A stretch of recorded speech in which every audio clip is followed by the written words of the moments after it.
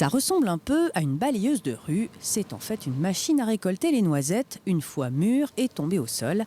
C'est la dernière acquisition de Laurent Breteau qui fait cette année sa première récolte. Ça a été planté en 2018. Voilà.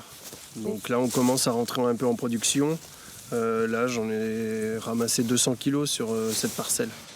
Laurent Breteau est en fait éleveur de charolaise, mais il y a 5 ans, il a choisi de se diversifier dans la noisette, un fruit qu'on ne produit pas en Creuse.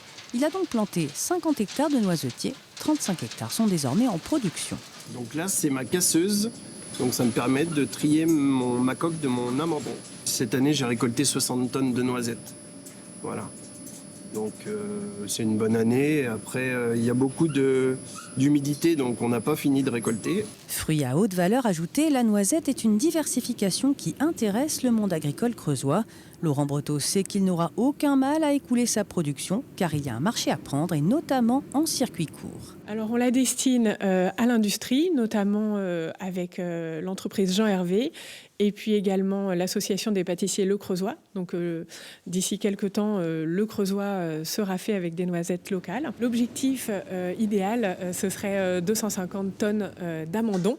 Donc ça représente quasiment 500 tonnes de noisettes. Donc on a de la marge. Cette année, 7 tonnes de noisettes locales sont réservées aux gâteaux creusois. C'est une première et ce n'est qu'un début, car cette filière locale est en pleine construction. À l'heure actuelle, la Creuse compte 110 hectares de noisetiers et de nouveaux vergers seront plantés cette année.